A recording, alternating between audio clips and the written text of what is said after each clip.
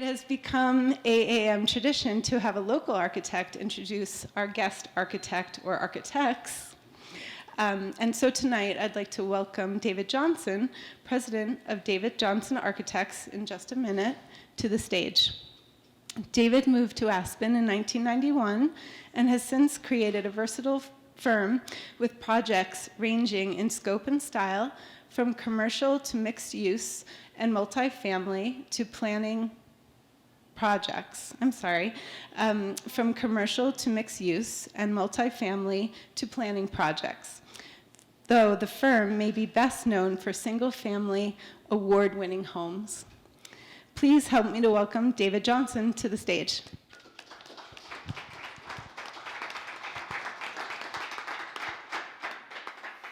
I didn't write those glowing compliments, but thank you very much.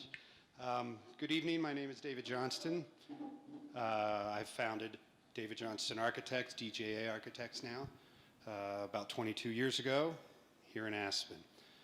I'm honored tonight to introduce our speakers, Chris Stone and David Fox of the Manhattan-based firm STONEFOX Architects. Partners in both life and work, Chris and David Fox are known worldwide for a polished aesthetic that combines the principles of modernism and an ongoing dialogue between art and the built environment.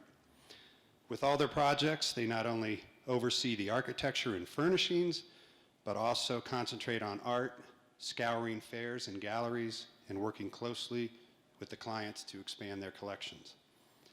Another hallmark of their work is their commitment to the client. When Amy and John Falen tapped STONEFOX to renovate and decorate their Aspen home, the architects moved to Aspen for 18 months to finish the project, so they are no strangers to our community. Described as risk takers and a team never to shy away from the challenge, STONEFOX's ability to meld the voices of their clients, artists, craftsmen, and their own vision has become their calling card. Again, it's my pleasure, thanks to everybody here, to introduce Chris Stone and David Fox.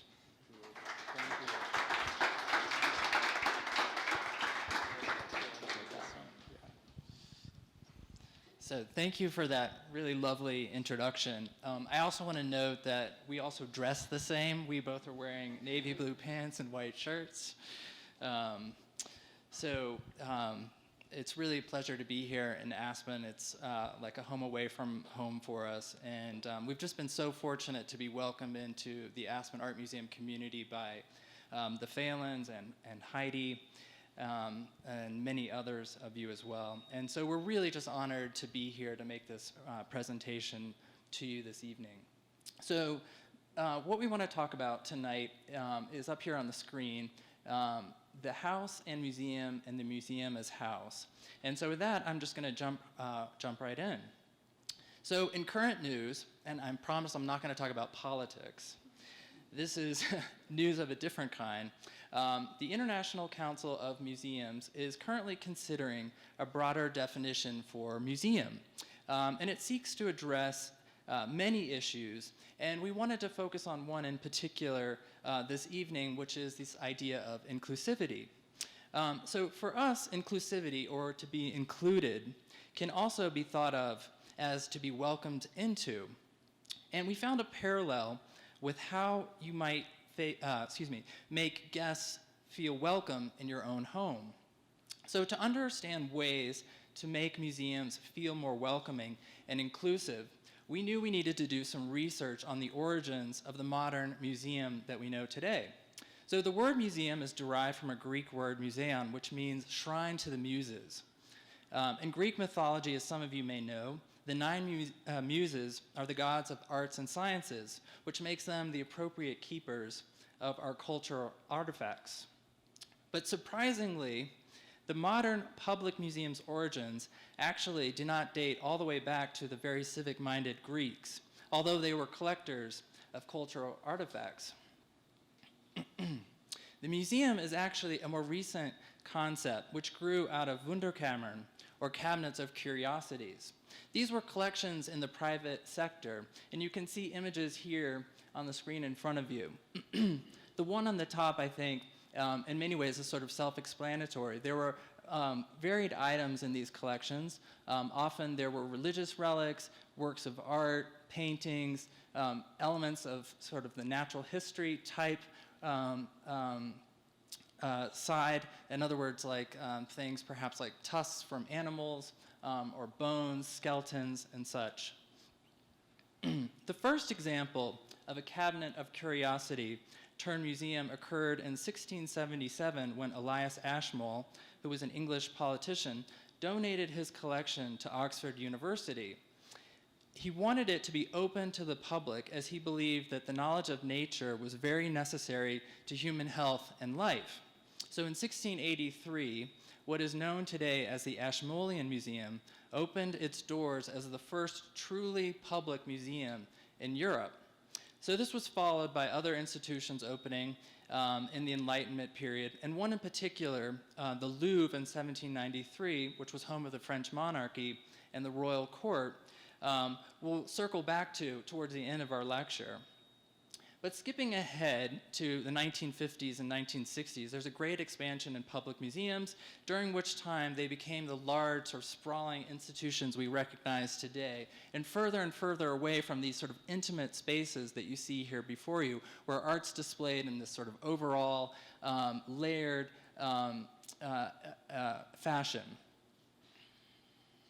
So to better understand the increasingly institutionalized experience of the museum, we thought we would share with you 3 examples of house turned museum that have been a real influence in our work. And in particular, you see on the left, Thea Tate Pope-Riddle, who designs and founds in 1927 an indestructible school for boys. There she is, draped in head-to-toe fur, directing the construction of a school in the Cotswold style in Avon, Connecticut. Thea Tate is part fascination for me because I was a student of Avon Old Farms, but also because of her love for the arts. And you'll see on the left is the Hillstead, which is a colonial revival home that Thea Tate designs for her parents and completes in 1907. She conceives of this as a blank canvas for her father's art collection, but in a very different way than, say, Frick, who completes his townhome. You're seeing the West Gallery on the right in 1913, and on the left, the living room of the Hillstead. And I think it's such an interesting comparison because what Thea Tate did and preserved through her deed of trust is to create an intimate environment where one can come and repose with works of art and almost take on the identity of the patron collector. Whereas on the right, you see a more princely collection, obviously larger canvases necessitating a larger room, but the furnishings are pushed to the periphery, and the art experience is more one of a procession around a perimeter that we know today as a contemporary museum. Did you want to add something? Yeah, I think one thing that's interesting to add here, and maybe it's very obvious, is the difference in the ceiling height between these two spaces. So the very intimate space on the left, and that's basically just happens as a result of a 9-foot ceiling versus maybe, I'm guessing, let's say 18 feet on the right. And Thea Tate also has that beam element that runs across the room that also sort of creates yet another space within the room to view those Monet paintings above the fireplace and to the right and left of it. And I think it's just worth noting that something as subtle as that can cue you that you're in a more domestic type space and can increase your sort of feeling and make one feel more likely to approach the works of art. And also, just to add that in 1907, Thea Tate already has the idea of a public institution in mind. She invites 500 members of the Dairymen's Association to picnic on the lawn and to enjoy the works of art at their leisure, something that her mother didn't learn about until it was published in the Hartford Journal. So imagine having a party as a high school student in your parents' home that they only learn about later. She was horrified. In a similar fashion, the Phillips Collection is founded in Washington, D.C., And it is conceived by, I'm forgetting that, Marjorie and Duncan Phillips, and under the idea of, as it says here, instead of the academic grandeur of marble halls, miles of chairless spaces, we plan to try the effect of domestic architecture of rooms small or at least livable. And the next image I think is very interesting because it almost gives us a timeline of the house turned museum. On the left is the 1897 Georgian Revival townhome, not originally conceived as a museum, but the Phillips quickly carve out gallery spaces. And then in 1907, they add the music room, which you can see at center in the cutaway section. Later, in 1920, they add the mansard roof, the fourth level, with studios for art classes.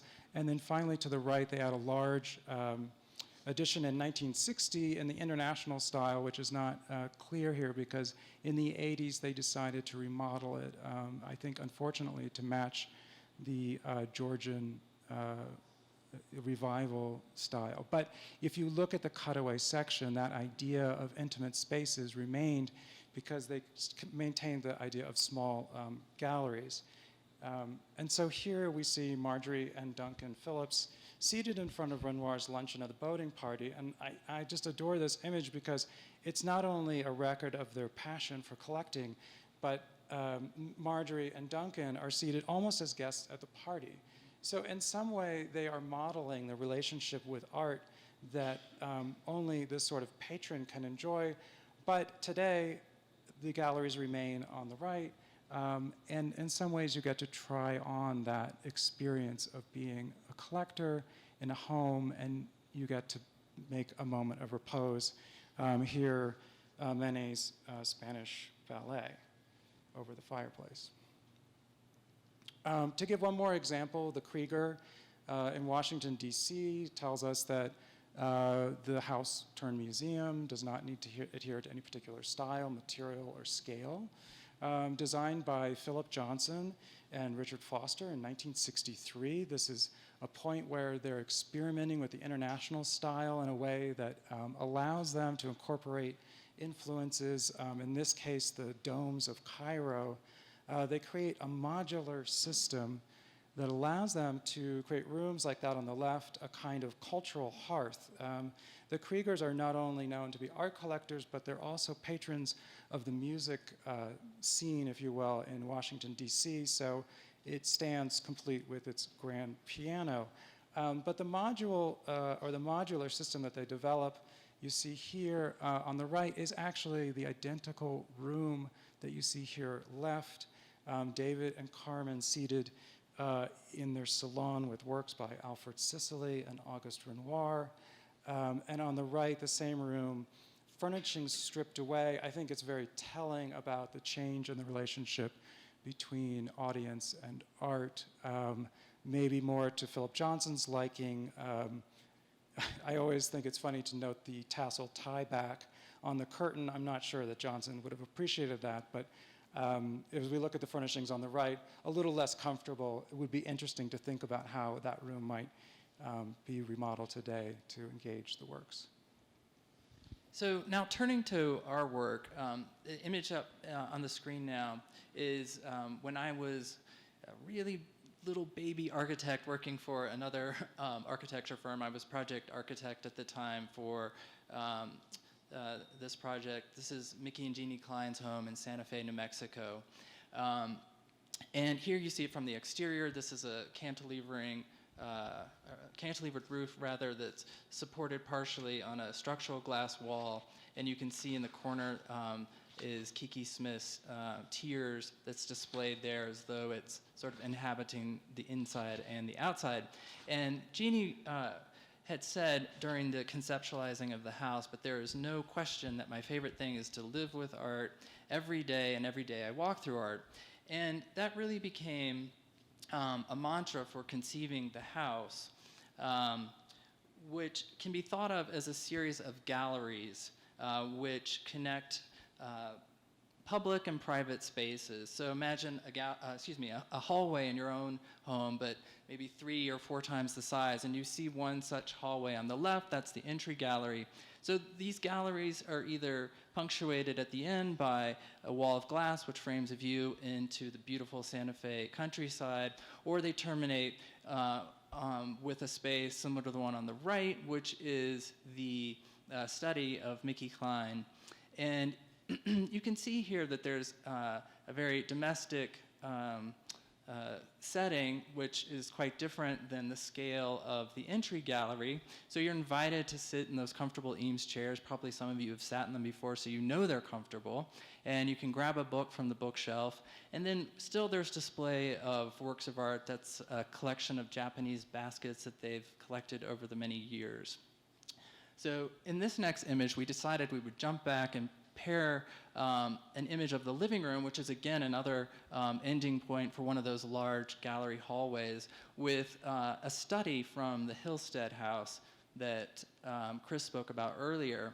And I think it's interesting, one's completed at the beginning of the early 20th century, and the lower image completed at the beginning of the early 21st century, so 100 years apart. There are a lot of things that we've learned about how to feel comfortable in a domestic setting that we take with us and we keep.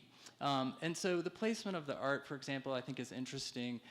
Monet's painting of the fishing boats at sea with their dominant horizon there in that image. And then in the Klein's home is a work by Ellsworth Kelly, which is also an image about the horizon. You can see that bottom arc, that gentle arc, and that relief work.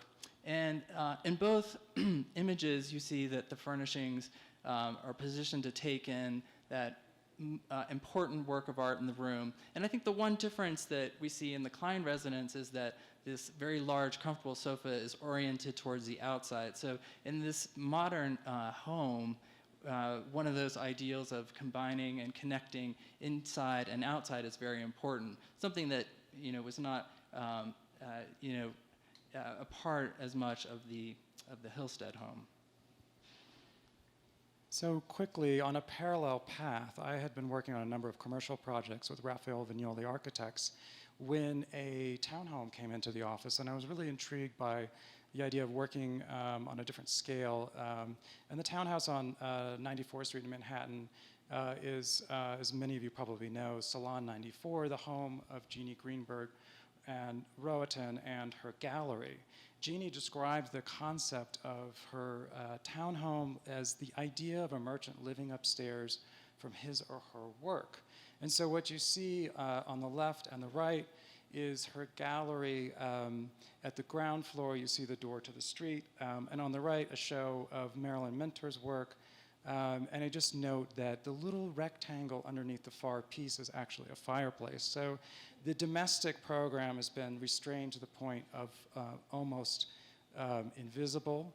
But as we go upstairs, we see that this singular gesture of the staircase connects a continuous art program. But what changes is that the domestic space allows for decor to be paired with contemporary art. And in the living room here, you have the Diego Giacometti beautiful armchairs facing a contemporary piece. By Franz Ackermann. Thank you. We share a brain, too, partially, so.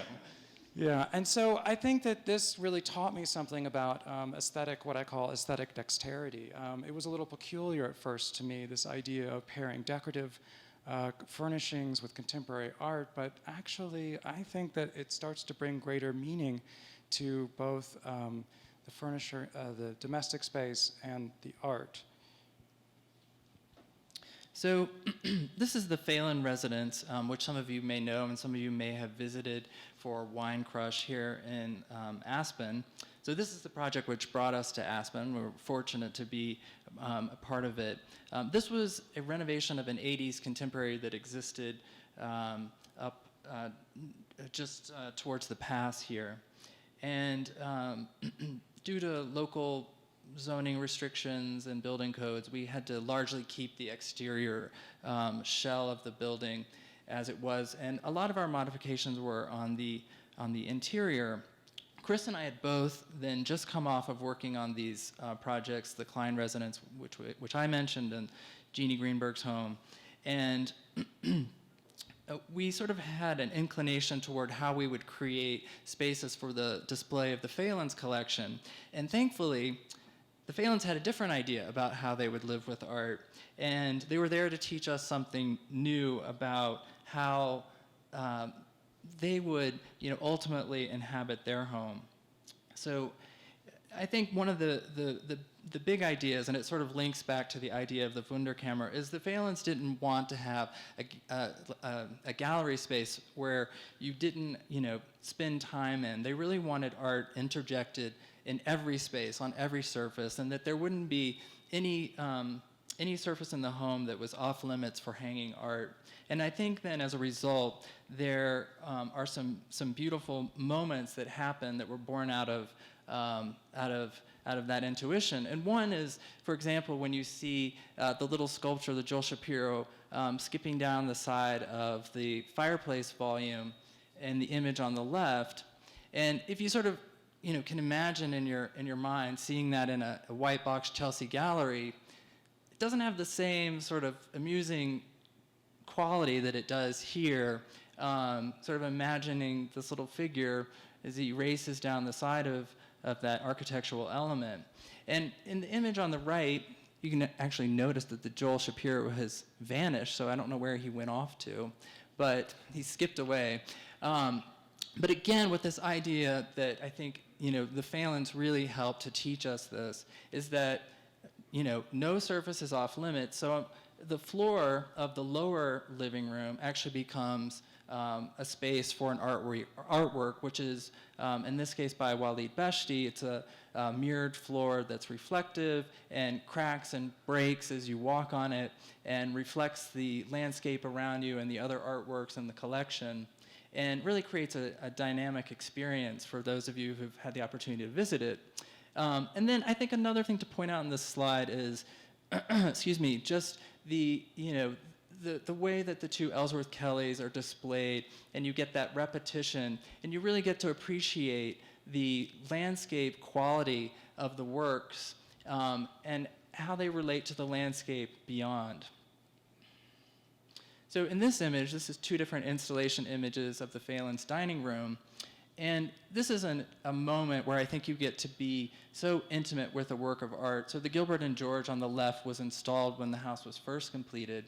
And you can imagine sitting there and being so close to it, you really get sucked into that work of art.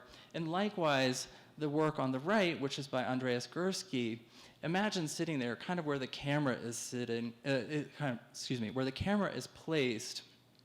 You're almost like first or second row to the spectacle which is in the artwork, which is a Victor and Rolf fashion show. Yeah, I just feel like the narrative of glamour almost comes out into the room, the way it's reflected in the table and the crystals on the chandelier. It's just wonderful.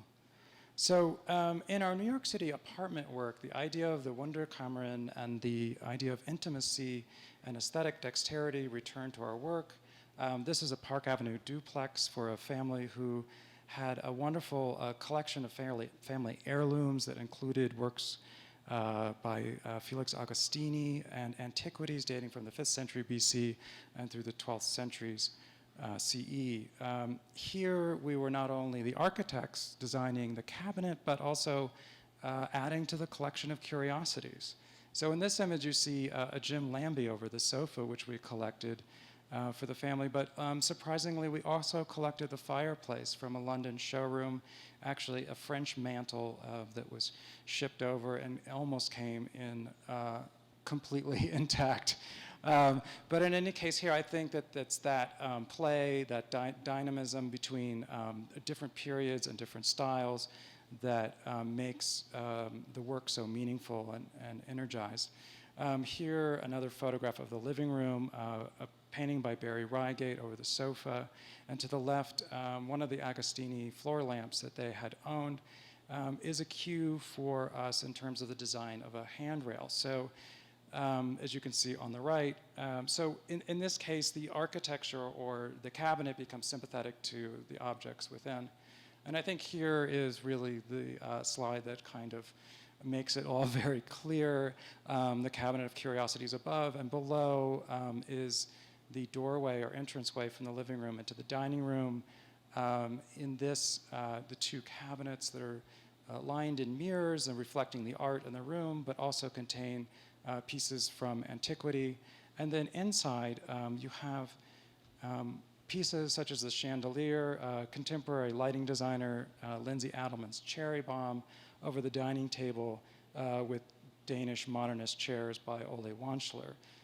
Certainly a room befitting of the Muses. And now it's your turn. So this is a project we're currently working on. It's under construction as we speak, and we're hoping that it will be completed by July of next year. This is for a really wonderful friend of ours. First, she's a friend, and then she's a wonderful art gallerist, art collector, and art advisor, Laura Reynolds. And some of you may know her. She also has a home here as well. So this is an image of the house as seen from the front, from the approach. You kind of approach actually a little bit just right of the image. And the massing of this home is layered and varied. And we sort of describe it as having a glass plinth at the bottom, and then on top of that is a gabled mass. And then to the right of that is the garage. There's a three-car garage there, which is basically sort of a sculptural base for the illuminated cube, which is a glass block cube. And that serves as a gym slash yoga slash meditation room. And when it's not in use, as you see here in this evening rendering, it's just sort of lantern-like and welcomes guests to the home when they enter. So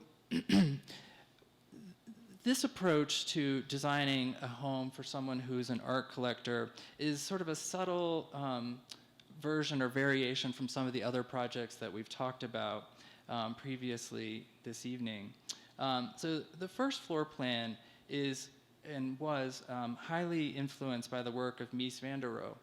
We hadn't really put the floor plan side by side until we started working on this lecture, and we were sort of astonished by it. And for those of you who know the Barcelona Pavilion, it's here on the left, and the plan is sort of oriented, more or less in the way that the photograph is oriented. So you can see the large square on the left is the reflecting pool, which is below.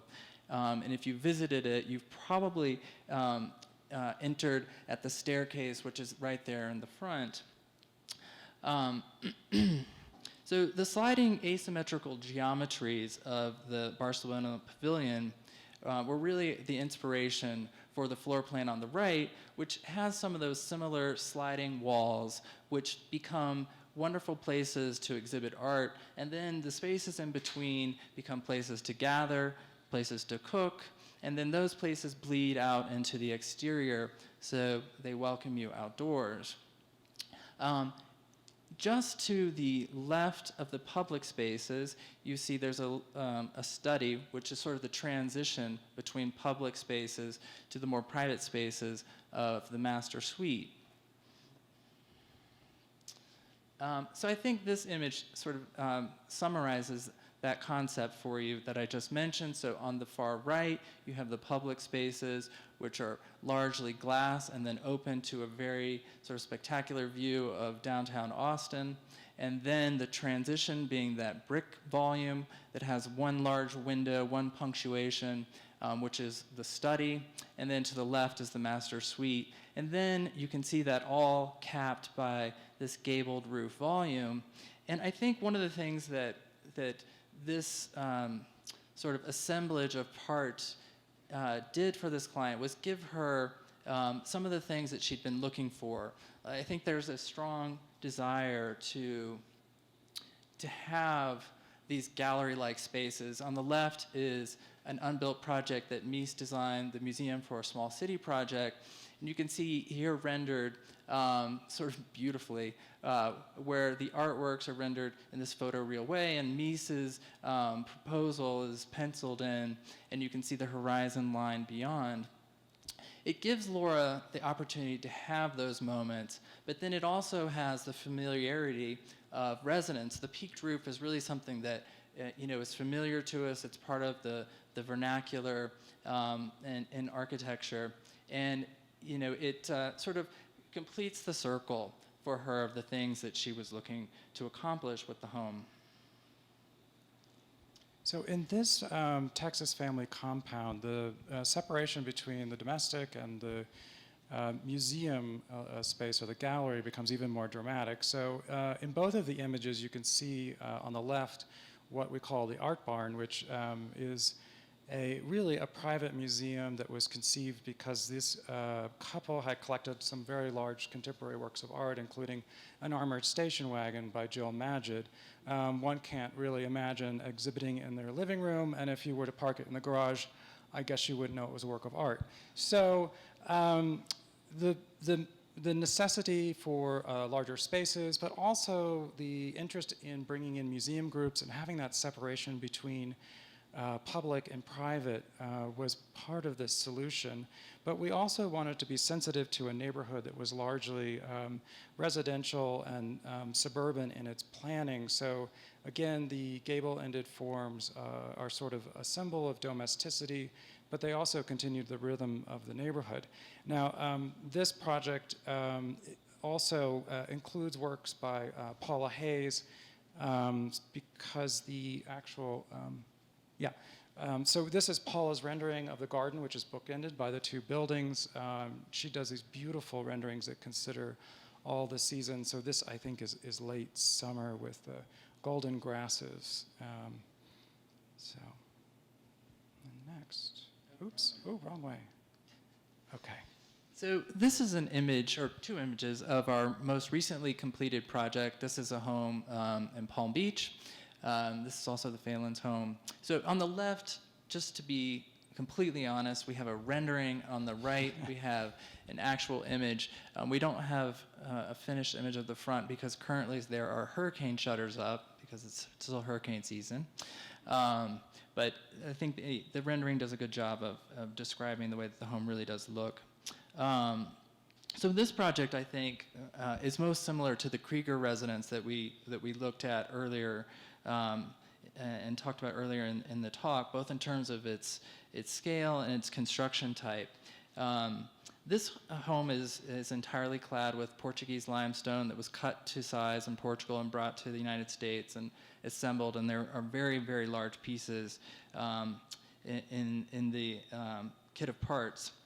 And also the construction type of the building is similar, and it's also similar to the type of building that we're in today, which is poured in place, reinforced concrete, and it's sort of the preferred style of the modernist architects. The house finds its unique voice from modernism and tradition, which we realize are sort of contradictory to one another. So modernism, as many of you know, it's sort of thought of generally as a stripped-down style of planes and volumes, while tradition conjures the opposite. But there's also a way to think of tradition when you think of modernism and you think of the modern tradition. And so we pulled some inspiration from the local vernacular of South Florida modernism, and you see that with the brise soleil at the left side of the image. There are several of those concrete screens on different elevations of the building. This elevation is facing east, so this is a very appropriate elevation to have that because these brise soleil concrete screens, however we'd like to call them, help modulate the morning light. They also occur on the rear of the building, the rear of the building, which faces west. And in the next image, we can show you how that screen affects the interior light. So in the morning hours, it's really helpful to cut the amount of light that makes its way into the interior. If you could go back to the image just prior. So when I spoke about tradition, I think it also makes one think about tradition in the classicist fashion. And I think that that's something that became part of this project. You can see that the building does have almost like a temple-like form to it. And I think that is most obviously expressed in the pair of columns that support the main roof canopy. And if we go, let's see, 1, 2. So here you can see a floor plan of the house. It is sort of axial and does have volumes on either side of that main entry canopy, which are symmetrical. And I think from there, basically, the floor plan sort of diverts from this notion of classicism and responds more directly to the program at hand. But I think there are other elements, too, that really sort of put this house in the exact place that it is, and one being, again, that large roof canopy that gestures eastward towards the Atlantic Ocean and then towards the west, which is Lake Worth, and puts it squarely in the place of Palm Beach.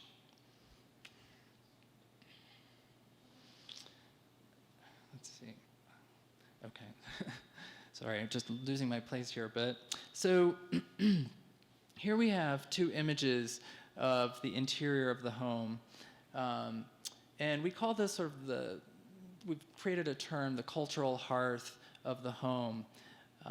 And this is the main entry gallery, which I think is sort of similar scale and size to something you might encounter in a public institution. On the right, again, is a rendering when we were working on the project, helping our client to understand those spaces where we drop in actual pieces from their collection. On the left is how it ultimately ended up being installed. And you can see that it has these connections in terms of scale and flexibility. And then in the next image, you'll see the room adjacent, which is only half of the living room, believe it or not. There's another half that basically is the mirror of that. And it could be a large gallery in a public museum, all furnished with very comfortable pieces of furniture, providing you lots of places to move about the room and appreciate the artworks that are on the wall. So I think from there, we wanted to make some conclusions about. Exactly. It's time for a conclusion.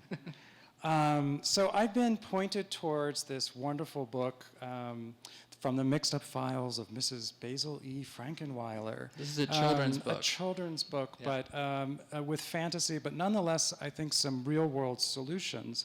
And I actually just read it again on the airplane over here, and I've marked many, many pages with practical advice. So, but I'm just going to read to you from the beginning about our protagonist, Claudia, and her brother, James. They're running away from home. Mostly the usual story, but Claudia here has something different in mind. Claudia knew that she could never pull off the old-fashioned kind of runaway. She didn't like discomfort. Even picnics were untidy and inconvenient. Therefore, she decided leaving home would not be just a running from somewhere, but a running to somewhere, to a large place, a comfortable place, an indoor place, and preferably a beautiful place. And that is why she decided on the Metropolitan Museum of Art in New York City.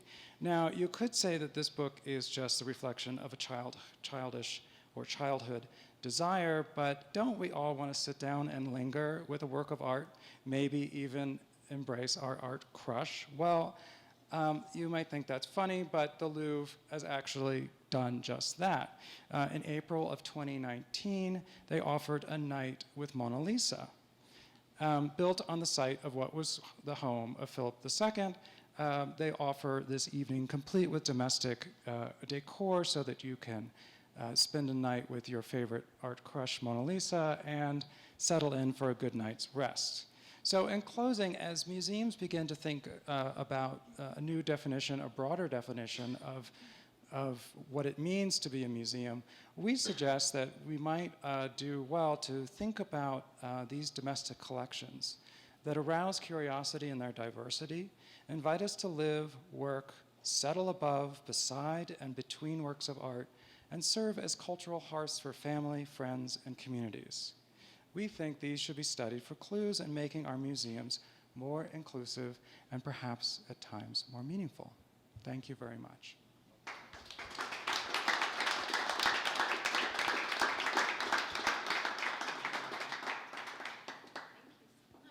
Thank you. If we have time for questions, is there anything we... If anyone's brave enough to ask a question.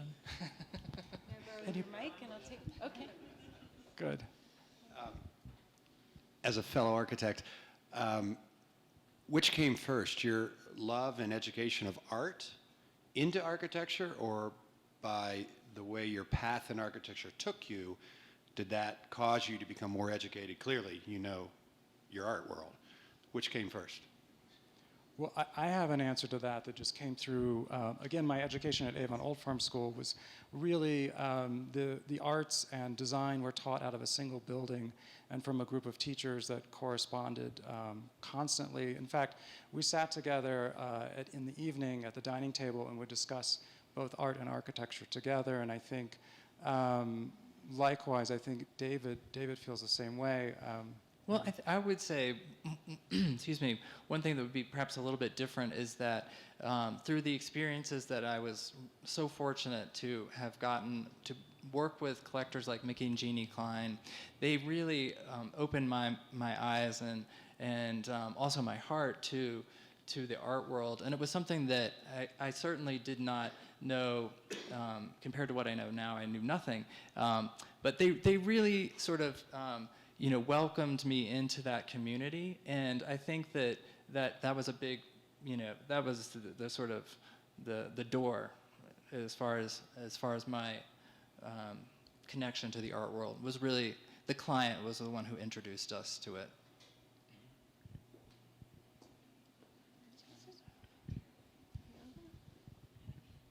I'm just wondering about your approach to your different projects. I mean, just looking at the architecture that you've built, it's so radically different. If you look at the Texas compound versus the Palm Beach residence, I mean, they're just worlds apart. And I'm just wondering, how do you approach the schematic stage of design to end up with such radically different sort of structures? That's a great question, and it's often asked, and I have some stunning answers that I sometimes give, but I'll be more practical in this, and just to tell you that while our practice is New York City based, our projects are spread across so many different regions, and I think that the importance of emplacement is something, and the appropriateness of style to place. And so, for example, when we did the project in Palm Beach, we had to face an architectural review board and explain to them, what did contemporary architecture have to do with Palm Beach, right? The ubiquitous stucco and terracotta roof tiles, right? How are we going to place that there? And so we actually did a lot of research, and we found that Palm Beach did have a history of modernism. So I think that the approach is one of very open-mindedness. And I was asked this question one evening at a dinner party, and someone said, well, what's your style? And I keep getting this. Finally I said, I have no style. And it was great because it was a whole opener to a whole different conversation and a way and an approach to architecture that I think has been really fulfilling for us. The other thing I would like to say about that too is we really listen to our clients. And I used to sometimes be frustrated that we didn't have our style that would be sort of known, by people and be very recognizable.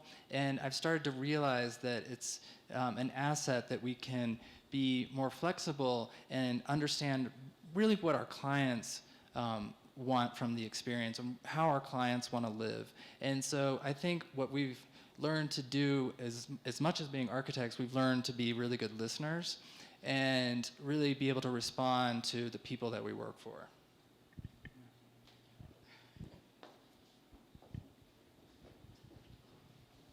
Hi there. As a civil engineer, I have a question. When you first meet with your clients, do they already have the art collection and you design the house around the art collection, or do you build the house and they fill in the art as you're building it, go to Art Basel or something and buy the art to fit in the house?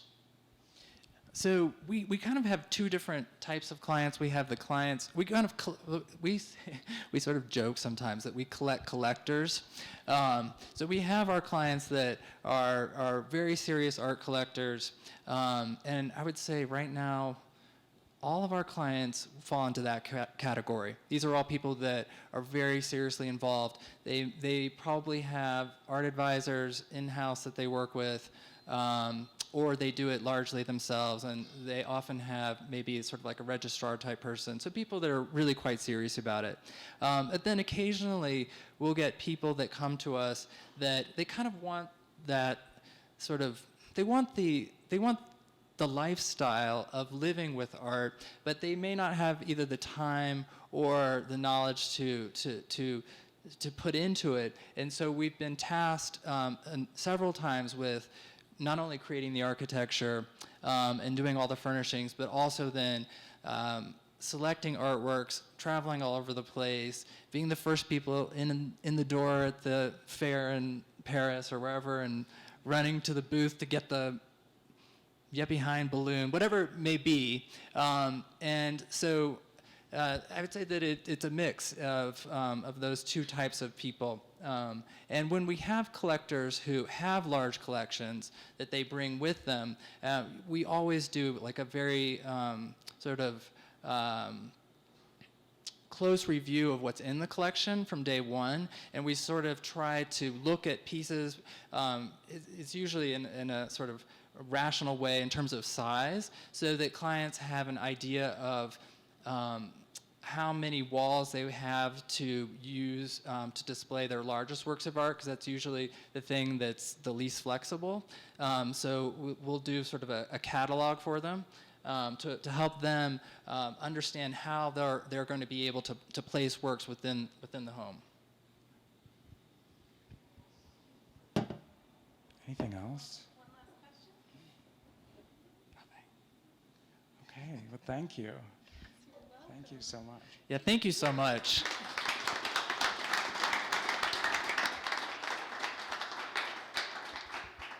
Really appreciate you being here tonight, and thank you everyone for coming. I see local architects in the room. Hi, Andy.